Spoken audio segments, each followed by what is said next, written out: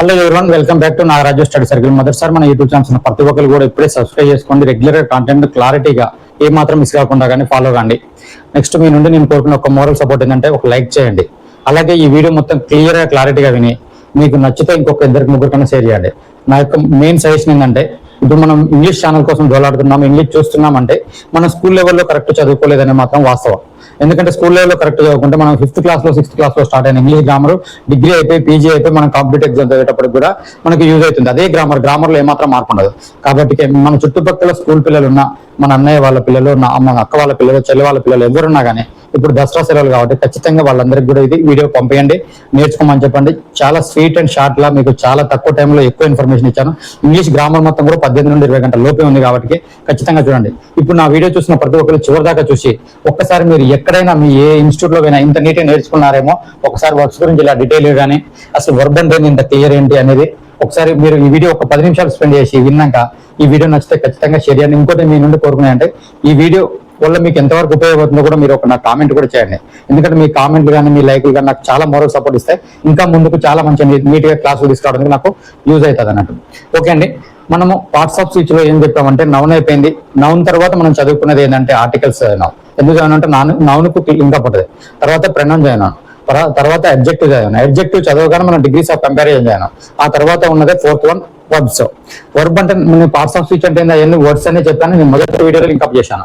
చూడండి, ఈ వర్బ్ గురించి చదివేటప్పుడు మనకు వర్బ్ అనేది లేకపోతే సెంటెన్స్ అనేది ఉండదు. అది మాత్రం గుర్తుంచుకోండి. వర్బ్ అంటే ఏంది? ఒక పని, ఒక యాక్షన్ వర్డ్.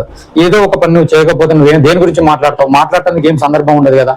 ఏదో ఒక పని చేశాను చెప్పడమే కదా, అంటే యాక్షన్ వర్డ్. అంటే నువ్వు సెంటెన్స్ ని ఫ్రేమ్ చేయాలంటే వర్బ్ అనేది ఖచ్చితంగా ఉండాలి అనేది గుర్తుంచుకోండి.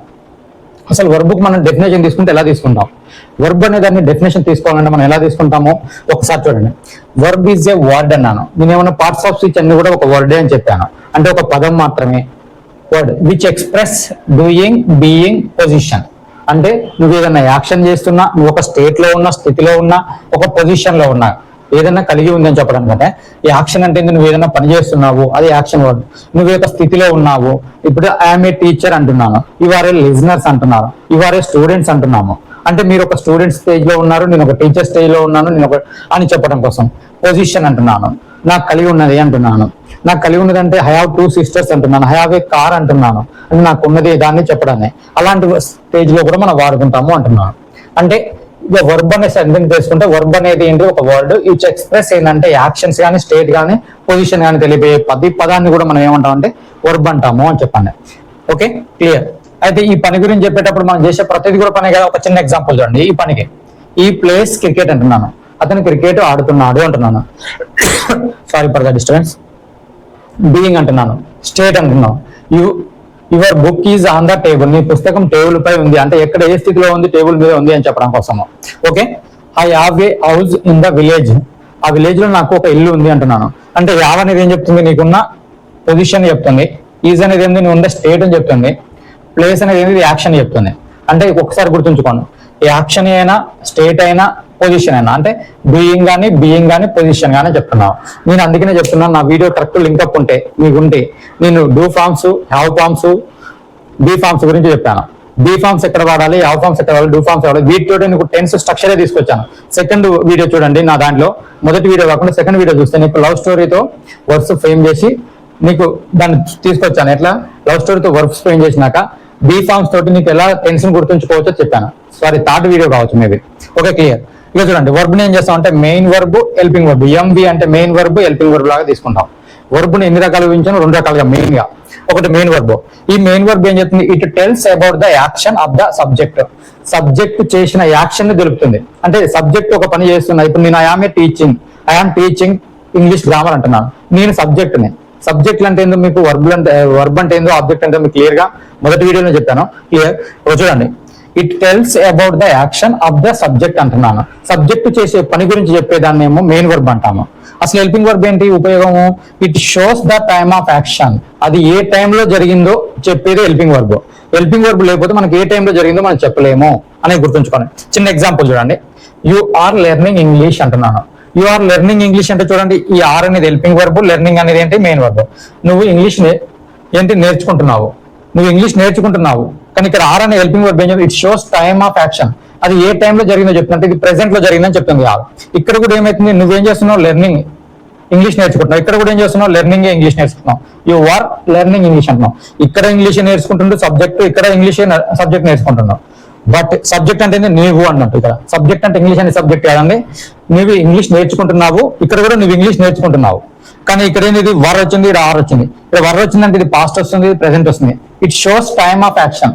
ఆ టైమ్ ఆఫ్ యాక్షన్ అంటే ఈ యాక్షన్ ఏ టైంలో జరిగింది చెప్పేది ఏంటంటే హెల్పింగ్ వర్బ్. దీన్ని ఏమంటున్నాను, హెల్పింగ్ వర్బ్ అంటున్నాను. ఓకే, ఆల్రెడీ ఇవన్నీ మీకు ఇంతకుముందు క్లాసులోనే ఉన్నవి. జస్ట్ మనకు వర్బ్ అనే స్ట్రక్చర్ కావాలి కాబట్టి వర్బ్ని ఎట్లా మనం డిఫైన్ చేస్తామని చెప్తున్నా. ఇక మనం ఏ సెంటెన్స్ రాయాలన్నా మనకి ఏం కావాలమ్మా, సబ్జెక్ట్ కావాలి, వర్బ్ కావాలి, ఆబ్జెక్ట్ కావాలి. ఇది మొదటి వీడియోలో చెప్పాను. ఈ సెంటెన్స్ ఎన్ని రకాలు ఉంటాయో చెప్పాను. అంతే, సెంటెన్స్ ఎన్ని రకాలు కూడా ఉంటాయో క్లియర్ మొదటి వీడియో చెప్పాను. ఇప్పుడు సబ్జెక్ట్ ప్లేస్ లో ఏముంటాయి, నౌన్ అయినా ప్రొనౌన్ అయినా ఉంటాయి. ఆల్రెడీ టాపిక్ అయిపోయినాయి. వర్బ్ ప్లేస్ లో ఏముంది, హెల్పింగ్ వర్బ్, మెయిన్ వర్బ్. అసలు హెల్పింగ్ వర్బ్ ఏందో, మెయిన్ వర్బ్ ఏందో ఇప్పుడు క్లియర్ చేసుకున్నాం. ఆ తర్వాత ఆబ్జెక్ట్ ప్లేస్ లో నౌన్ ఉంది, ప్రొనౌన్ ఉంది. ఇక మనకు ముఖ్యంగా కావాలంటే ఏంది, వర్బ్స్ కావాలి. ఆ వర్బ్స్ కావాలంటే ఖచ్చితంగా నా వీడియోలు చూస్తే మీరు ఏ ఇన్స్టిట్యూట్ లో అయినా ఎక్కడైనా మీకు ఎక్కడ ఉంటారంటే వర్బులు అనేవి కొన్ని పేపర్లో వేయడమో ఏ చేస్తారో మీరు చదువుకుంటారు. నేను అట్లా చేయలేదు. ఒక లవ్ స్టోరీ ఫేమ్ చేసి ఎలాంటి లవ్ స్టోరీ అంటే ఒక సక్సెస్ఫుల్ లవ్ స్టోరీ, ఒక చీటర్ లవ్ స్టోరీ, ఒక ఫెయిల్యూర్ లవ్ స్టోరీ, తర్వాత మోరల్ స్టోరీ ఏంది అనేది చెప్పాను. ఆ మోరల్ అంత స్టోరీ తీసుకొచ్చి మీకు ఒక 200 నుండి 250 వర్క్ ఫార్మ్స్ చేశాను. ఒక వీడియోలో ఒకటి, ఇంకో వీడియో, 2 వీడియోలు చేశాను. అవి చూడండి, జస్ట్ వింటే మీకు ఎమ్మటి అవగాహన ఉంటుంది. ఇక చూడండి, ఈ వర్బ్స్ మనం ఎట్లా డివైడ్ చేయాలో చూడండి. మెయిన్ గా వర్బ్స్ అంటే ఏం చెప్పాను, ఇక్కడనే మెయిన్ వర్బ్, హెల్పింగ్ వర్బ్ అన్నానా. ఇక హెల్పింగ్ వర్బ్, మెయిన్ వర్బ్ అన్నా లెక్సికల్ వర్బ్ అన్నా ఒకటే అండి. మెయిన్ అన్నా లెక్స్ వల్ల. ఇదే హెల్పింగ్ వర్బ్ అంటే యాక్సిలరీ వర్బ్స్ అంటారు. గుర్తుంచుకోండి, యాక్సిలరీ అంటే వేరే కాదు, హెల్పింగ్ అన్నా యాక్సిలరీ అన్నా ఓకే. ఇప్పుడు ఈ యాక్సిలరీ వర్బ్స్ మనం ఎలా అంటే primary and modal, primary auxiliary verbs and modal auxiliary verbs అని ఇస్తాం. ఈ ప్రైమరీలో be forms, do forms, have forms ఉంటాయి. ఇప్పుడు ఆల్రెడీ మనం ఈ స్ట్రక్చర్ అంతా నేర్చుకుని ఉన్నాం. టెన్స్ అనే స్ట్రక్చరే ఈ forms. Okay, be forms, do forms, have forms clear. ఈ బీ ఫార్మ్స్ అంటే చూడండి, యామీజ్ ఆర్, వాజ్, వర్ల్ అన్నాడు. ఇక్కడ చూడండి, యామీజ్ ఆర్లలో ఆర్ వచ్చిందా. ఆర్ అంటే ఏం చెప్పాను, ప్రెసెంటే కదా. వర్ అంటే ఏం చెప్పాను, పాస్ట్ చెప్పాను కదా. ఇవన్నీ కూడా ప్రెసెంట్ కి సంబంధించినవి. ఇక్కడ గీసి రాశాను చూడండి, ప్రెసెంట్ హెల్పింగ్ వర్బ్స్. ఇవేంటి, second part past helping verbs. ఇవన్నీ past helping verb. Do, does వాడతాము, డిడ్ వాడతాము. డిడ్ అనేది పాస్ట్ టెన్స్ లో చెప్పాను. డూ, డస్ అనేది ప్రెసెంట్ టెన్స్ లో క్వశ్చన్ ఎలా అడగాలో చెప్పాను. ఆ తర్వాత హ్యావ్ ఉందా, యాజ్ అనేది present tense, present perfect tense అని చెప్తారు. యాడ్ అంటే పాస్ట్ పర్ఫెక్ట్ టెన్స్ అని తెలుస్తారు. అయితే ఇక మనకి ఇక్కడ ఈ నేర్చుకునేటప్పుడు, ఈ ప్రైమరీ దాంట్లో నేర్చుకునేటప్పుడు ఎప్పుడైనా చూడండి, ఈ యామీజార్లు వచ్చినాక ఖచ్చితంగా ఏం కావాలి, అన్ని V4లతోటే ఉంటాయి. యామీజార్లు కానీ, వాజ్వాల్ కానీ. ఇక్కడ అన్ని కూడా V1లతోటే ఉంటాయి, డూ ఫార్మ్స్ కూడా. ఇక్కడ అన్ని కూడా V3లతోటే ఉంటాయి. ఇలా V3తో ఉండేదాన్ని ఏమంటాను, పర్ఫెక్ట్ టెన్స్ అన్నాను. ఇలా V1తో ఉండే వాటిని సింపుల్ టెన్స్ అన్నాను.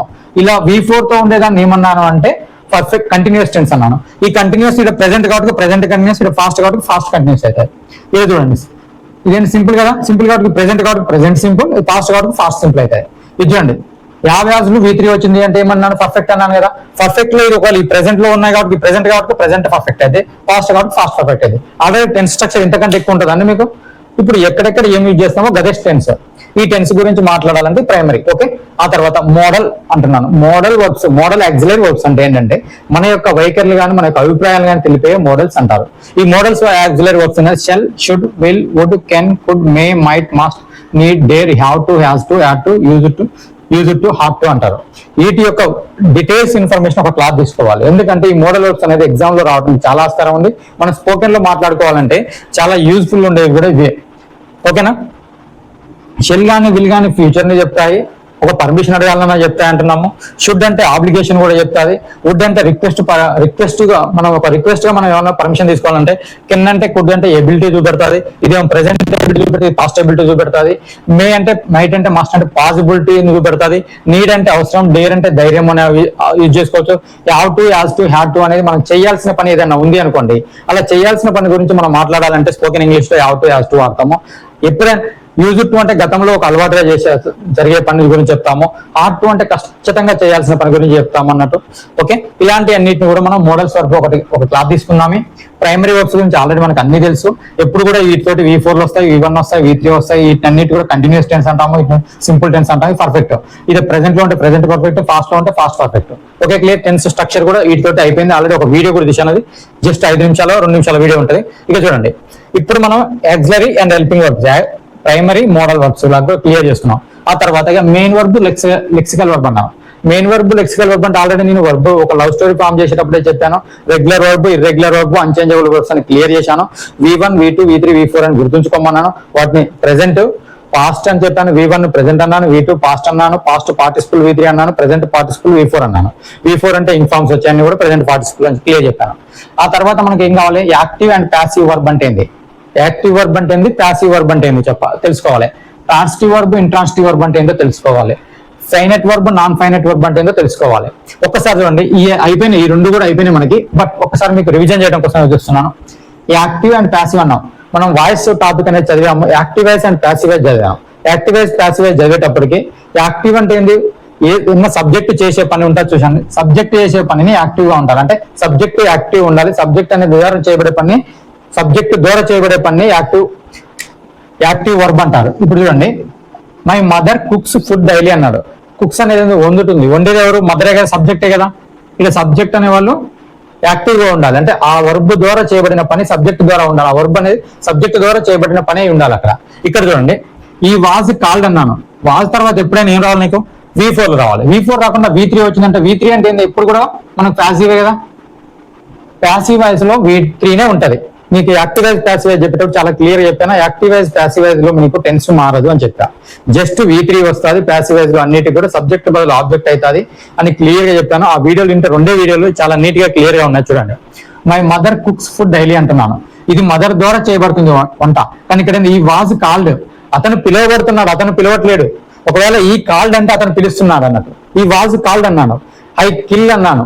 ఐ కిల్ అంటే నేను చంపుతాను. ఐ వాజ్ కిల్డ్ అంటే నేను చంపబడ్డాను అని అర్థం. Okay, clear. అంటే ఇది ప్యాసివ్ వాయిస్ లో ఉంది ఈ వర్బ్ అన్నట్టు. ఈ వర్బ్ ఏంటంటే యాక్టివ్ వాయిస్ లో ఉంది, యాక్టివ్ గా ఉంది, అంటే సబ్జెక్ట్ ద్వారా చేయబడుతున్నది, ఇది ఆబ్జెక్ట్ ద్వారా చేయబడుతున్నది అన్నట్టు. Okay, he was called by me, నేను నా ద్వారా అతను పిలువబడ్డాడు అని అంటాం. Okay, clear. ఇప్పుడు యాక్టివ్ కి పాస్ అయినాయి. ట్రాన్సిటివ్ అంటే ఇంట్రాన్సిటివ్ అంటే ట్రాన్సిటివ్ ఇన్స్టాంటివ్ వర్బ్ కూడా మనం ఏంటంటే యాక్టివైజ్ నుండి ప్యాసివైజ్ చేంజ్ చేసేటప్పుడు చెప్పాను. యాక్టివైజ్ నుండి ప్యాసివైజ్ చేంజ్ చేయాలంటే మనకు ట్రాన్సిటివ్ వర్బ్ అయితేనే చేంజ్ అవుతుంది అని చెప్పాను. ట్రాన్సిటివ్ వర్బ్ అంటే ఆబ్జెక్ట్ ఉండాలి అని చెప్పాను. ఆబ్జెక్ట్ ఉంటేనే మనకు ట్రాన్సిటివ్ వర్బ్ అవుతుంది. ఆబ్జెక్ట్ లేని కూడా non transitive verb, intransitive verb అవుతుంది. ఓకే, అంటే ఆబ్జెక్ట్, ఎందుకంటే మనం యాక్టివైజ్ నుండి ప్యాసివైజ్ మార్చేటప్పుడు ఏంటి, సబ్జెక్ట్ ఆబ్జెక్ట్ ఇంటర్చేంజ్ కావాలి. ఇంటర్చేంజ్ కావాలంటే ఆబ్జెక్ట్ లేనప్పుడు మనం ప్యాసివైజ్ ఎలా చేంజ్ చేస్తాం, కాబట్టి అది గుర్తుంచుకోవాలి. ఓకే, ఈ ఈట్స్ బనానా ఎవ్రీడే అన్నాను. అంటే ఇక్కడ ఆబ్జెక్ట్ ఎవరున్నారు, ఈ ఈట్స్. ఎప్పుడైనా మరి ఆబ్జెక్ట్ సెంటెన్స్ లో ఉందా లేదా ఎట్లా తెలుసుకోవాలి సార్ అనొచ్చు. ఎప్పుడైనా ఆబ్జెక్ట్ లో ఉందా లేదా అంటే హూమ్ కానీ వాటి కానీ క్వశ్చన్ వేసుకోవాలి. ఎవరికి వేసుకోవాలి క్వశ్చన్, ఇది ఒకటి వర్బ్ ఉంటారు చూసావా, మెయిన్ గా ఉండేవాడు సెంటెన్స్ లో వర్బ్. ఆ వర్బ్ ని వాట్ లేదా హూమ్ అనే క్వశ్చన్ వేసుకోండి. ఈ ఈట్స్ వాట్, అతను ఏం తింటున్నాడు, బనానా. లేదా షీ లవ్స్ హూమ్, ఎవరిని ప్రేమిస్తుంది ఆమె, హిమ్ అతన్ని. అంటే వాట్ గాని హూమ్ గాని మనం వర్బుకు కనుక క్వశ్చన్ ఇస్తే పక్కన నీకు ఆన్సర్ వచ్చింది అంటే ఖచ్చితంగా వాడు ఏమవుతాడంటే వాడు ఆబ్జెక్ట్ అవుతాడు. ఆ ఆబ్జెక్ట్ మనకి ఏంటి, యాక్టివైజ్ నుండి ప్యాసివైజ్ మార్చేటప్పుడు చాలా క్లియర్ గా నేర్చుకోవచ్చు. ఇప్పుడు చూడండి, సపోజ్ ఇప్పుడు మీకు ఇప్పుడు చెప్పేది కాదు చెప్తున్నా, షీ లవ్స్ హిమ్ అన్నాను. ఈ ఆబ్జెక్ట్ ఏమవుతాడు, ఇది వస్తే సబ్జెక్ట్ అవుతాడుగా, he is loved by her అనాలి అంతే. ఇప్పుడు ఇది లేకపోతే ఆబ్జెక్ట్ లేకపోతే రాదు కదా. కాబట్టి ఖచ్చితంగా ట్రాన్సిటివ్ వర్బ్ అంటే ఏంటంటే ఆబ్జెక్ట్ ఉన్నది అని చూసుకోండి. ఆబ్జెక్ట్ ఉన్న ట్రాన్సిటివ్ వర్బ్ మాత్రం యాక్టివైజ్ నుండి ప్యాసివైజ్ చేంజ్ అయితే. ఒకసారి మీకు ఒక లాజిక్ కూడా ఇవ్వచ్చు, అతను మూడు కూడా ఇంట్రాన్సిటివ్ ఇచ్చి ఆ ట్రాన్సిటివ్ వర్బ్ ఒకటి ఇచ్చి అందులో యాక్టివైజ్ నుండి ప్యాసివైజ్ చేంజ్ అయ్యే వర్బ్ ఏరియా అనేది అందులో కూడా అడగచ్చు. Okay, clear. రైట్, ఇంకా చూడండి, ఇంట్రాన్సిటివ్ వర్బ్ అంటే ఇక్కడ ఖచ్చితంగా ట్రాన్సిటివ్ వర్బ్ ఏం కావాలి, నీడ్ ఆబ్జెక్ట్ అవసరం. ఇప్పుడు నీడ్ నాట్ ఆబ్జెక్ట్ అవసరం అంటే ఇంట్రాన్సిటివ్ వర్బ్. చూడండి, యు ఆర్ స్లీపింగ్, నువ్వు నిద్రపోతూ ఉన్నావు. ఆన్ ద బెడ్ అనొచ్చు. ఆన్ ద బెడ్ అన్నప్పుడు వాట్ అంటే ఏమన్నా ఆన్సర్ ఉందా, స్లీపింగ్ వాట్ ఏమిటి అని అంటే వస్తావా, స్లీపింగ్ హూమ్ ఎవరు అని అంటే వస్తామా, లేరు కదా. కాబట్టి యు ఆర్ స్లీపింగ్ కానీ, షీ స్మైల్స్ కానీ, దే వర్క్ హార్డ్ కానీ, వాళ్ళు చాలా కష్టపడి పనిచేస్తున్నారు. షీ స్మైల్స్ అంటే ఆమె నవ్వుతూ ఉన్నది అనే దానికి. ఇక్కడ ఏమైనా ఆబ్జెక్ట్ ఉన్నా ఆబ్జెక్ట్ లేదు, నీడ్ నాట్ ఆబ్జెక్ట్ లేని వాటిని ఏమంటాం, ఇంట్రాన్సిటివ్ వర్బ్ అంటాం.